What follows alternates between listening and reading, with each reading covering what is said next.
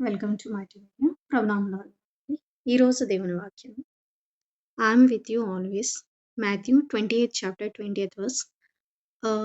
ఇదిగో నేను యుగ సమాప్తి వరకు సదాకాలము మీతో కూడా ఉన్నానని వారితో చెప్పాను. మత్తయి సువార్త 28వ అధ్యాయము 20వ వచనం. అవునండి, మరి దేవుని వాక్కు సెలవిస్తుంది, నేను మీతో ఉన్నాను, సదాకాలము మీతో కూడా ఉన్నాను. అవునండి, మరి ఈరోజు మరి క్రైస్తవులుగా మనకున్న ధైర్యం ఏంటి అంటే ఎల్లప్పుడూ దేవుడు మనకి తోడుగా ఉన్నారంటండి.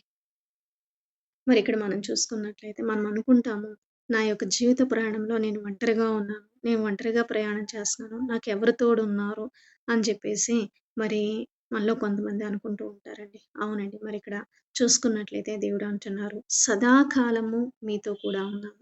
అవునండి, ఎల్లప్పుడూ కూడా ఎవరు మనతో ఉన్నప్పటికీ, ఎవరు మనతో లేనప్పటికీ కూడా మరి ఇప్పుడు కూడా దేవుడు మనతో ఉంటాను అని చెప్పేసి మరి ఇక్కడ దేవుడు మనకి వాగ్దానం చేస్తున్నారండి. సదాకాలము మీతో కూడా ఉంటాను అని చెప్పేసి.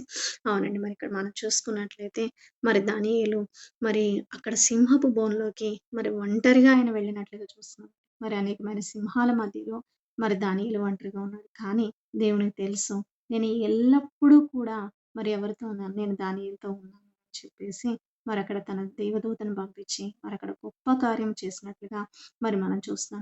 అలాగే షడ్రకు మేషకు అబేద్నెగో మరి ముగ్గురు వెళ్ళారండి.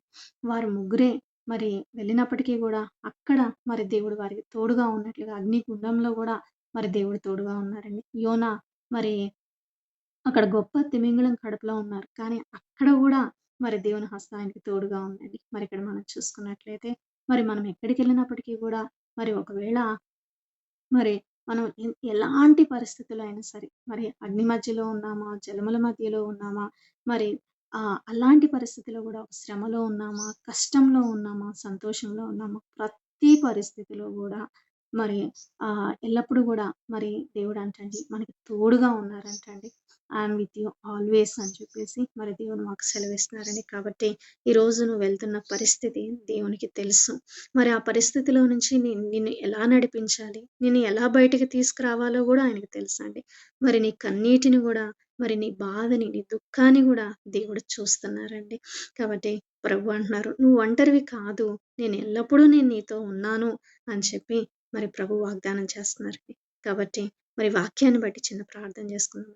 ప్రభువా, పరిశుద్ధుడా దేవా తండ్రి, అవునయ్యా, ఈ లోకంలో మేము ఒంటరి వారం కాదయ్యా. దేవా, ఎల్లప్పుడూ మీరు మాతో ఉన్నారు నాయన. ప్రభా, మీరు మాకు సహాయం చేస్తారు నాయన. ప్రభా, కృప చూపించి, దయ చూపించి నడిపించమని అడుచు చిన్ని ప్రార్థన చేసే అతి పరిశుద్ధ